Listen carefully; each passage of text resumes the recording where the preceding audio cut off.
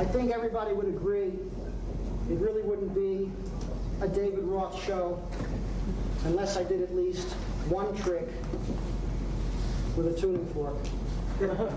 It's in the contract. It's got to be done. I like this trick because it isn't really a trick at all. This is science, physics, acoustics. Something I got out of a 17th century book on sound and echoes at the public library. It's a little thing with a tuning fork and a glass. See, it said in this book, if you take a tuning fork, hit it on the table, you really can't hear it too well, can you? I could hit it all day. You really can't hear it because there's no amplifier. There's no resonator. It's just like a violin. If the little box wasn't under the strings, you wouldn't hear it 10 feet away. But the box is there and it amplifies the sound. I will use this glass as an amplifier for the tuning fork. It's very simple. I'll take the fork, hit it on the table, take the sound, drop it in the glass. Of course, you won't hear anything until I turn the glass over and the sound pours out, obviously. And it looks like this. You take the fork, put it on the table, take the sound, drop it in the glass. It's in there. Listen.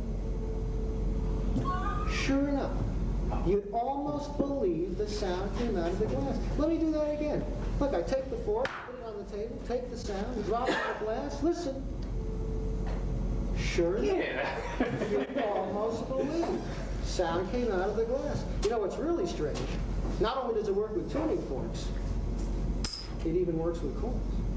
In fact, I'll do the same thing with the coins that I did with the fork. I take the coins, I drop them in the glass, I shake the glass. That fills the glass with the sound of the coins.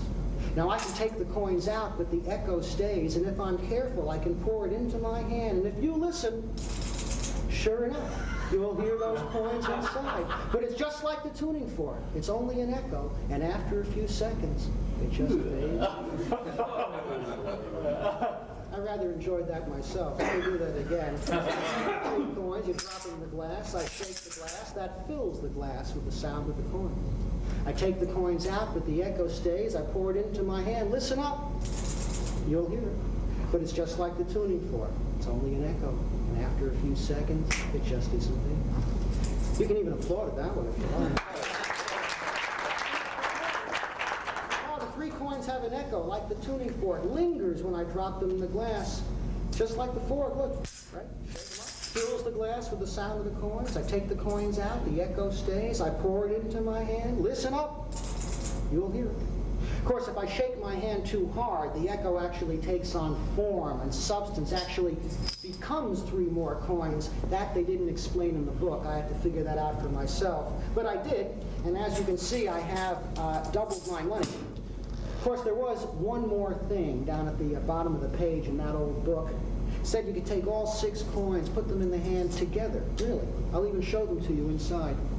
And then take the fork, hit it not on the table, but on my glass, and just hold it near the coins. And for some strange reason, all 6 coins will vanish. And that leaves me with just the fork, the glass,